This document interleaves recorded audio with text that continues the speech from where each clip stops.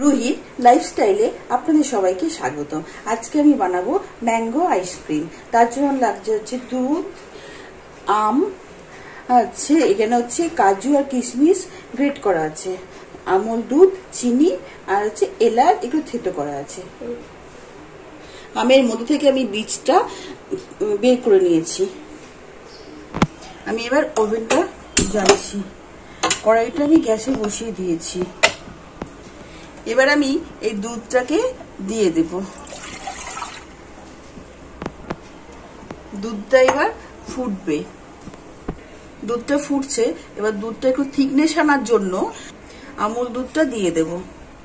পুরো বাটির আমুল দুধটা যেটুকু ছিল পুরোটাই দিয়ে দেব। দিয়ে আমি একটু নাড়াচাড়া করব। এবার একটু জাল হোক। দেখুন দুধটা ফুটছে।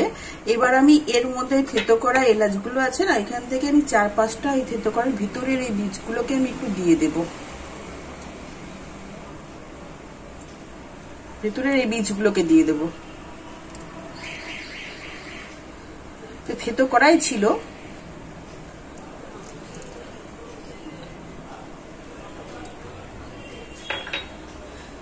তারপর একটু নাড়াচাড়া করে দেব।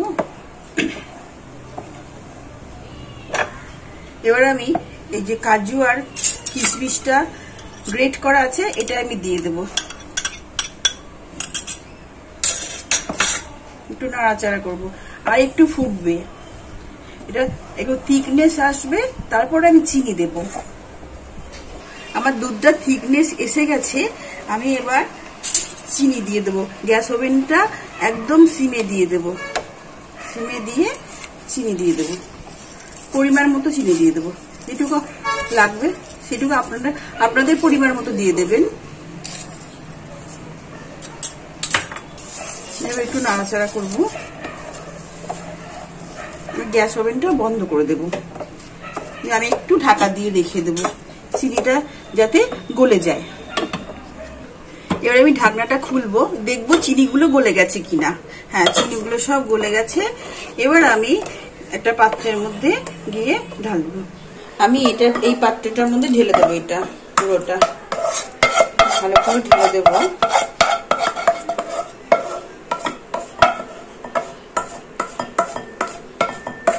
দেখুন দারুণ হয়েছে এটা।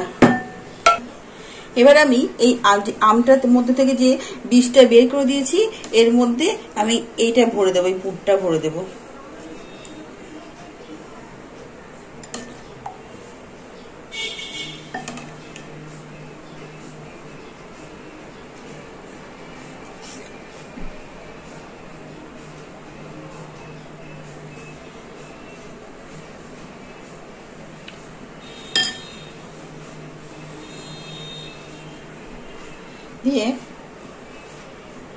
দিয়ে আমি এই মুখটা আটকে দেব। দিয়ে আমি এই বাটিটাতে রেখে দেব। আমি আর একটা আম নেব। দিয়ে আমি এই আমটার মধ্যেও এই পুরটা পুরো ভরে দেব। পুরোটা ধরবে নাকি আমি জানি না, তবে যেটুকু ধরবে সেটুকু বানিয়ে দেব।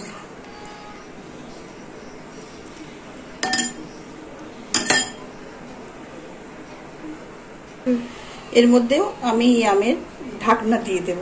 দিয়ে এই বাটিটাতে রেখে দিয়ে আমি এবার ফ্রিজে দিয়ে দেব। এটা আমি ফ্রিজে 6 থেকে 7 ঘন্টা রেখে দেব। রেখে দেওয়ার পরে আমি আবার আপনাদের দেখাবো। এটা আমি রেখে দিয়েছিলাম, 6 ঘন্টা পর আমি বের করলাম। আমি আমের খোসাটাকে ছাড়িয়ে নিয়েছি। এবার আমি কাটবো, এটাকে খুলে কাটবো।